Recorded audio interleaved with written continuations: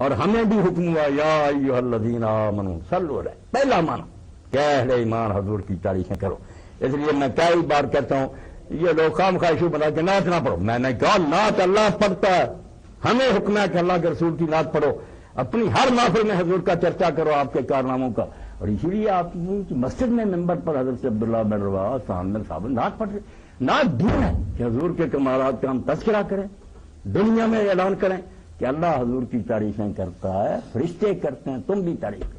اور دوسرا معنی جو صلاۃ علی النبی کا ہوتا ہے وہ ہے گرویدگی اور محبت۔ آپ کسی پر بیٹھ جاتے ہیں نا، ایک تو پیارا میں محبت کرتا ہوں یہ سر سے ہی اتنا پیار کہ آپ نے اس کو اپنے نیچے لے لیا، اس کے اوپر بیٹھ گئے، اتنی فریفتگی اور گرویدگی کی عربی زبان میں صلاۃ علی کہتے ہیں۔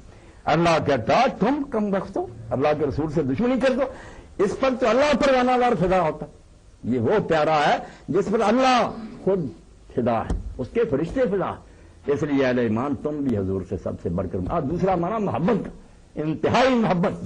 اور اسی لیے اللہ کے رسول علیہ السلام نے فرمایا، صحیح بخاری میں دیکھ لیں، حضرت ابو بکر حضرت انس فرماتے ہیں، ابو ہریرہ فرماتے ہیں کہ اس اللہ کی قسم جس کے ہاتھ میں محمد کی جان ہے صلی اللہ علیہ وسلم، تم میں سے کوئی مومن نہیں ہو سکتا جب تک اپنے باپ سے، اپنی اولاد سے اور سارے جان کے لوگوں سے بڑھ کر مجھ سے محبت نہ کرے۔ اس لیے سب کو لٹ جائے کوئی نہیں، رسول اللہ ہاتھ سے چھوٹ جائے مسلمان کا کچھ بھی باقی نہیں ہے۔ یہ فرمایا کہ مومن نہیں، تو دوسرا معنی صلاۃ کا محبت، کہ اللہ تعریفیں کرتا ہے حضور کے کارناموں کی، اللہ آپ سے محبت کرتا، اہل ایمان تم بھی محبت کرو۔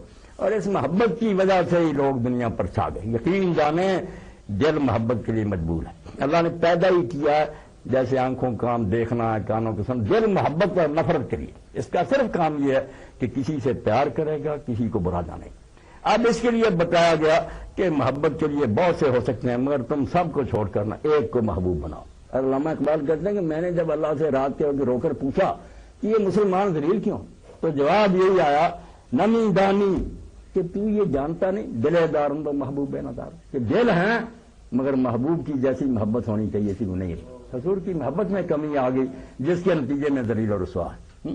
دامن شد دست دادن مردنس، کیونکہ دامن اللہ کے رسول کا چھوڑ دیا مر گئے، راکھ ہو چکے ہیں۔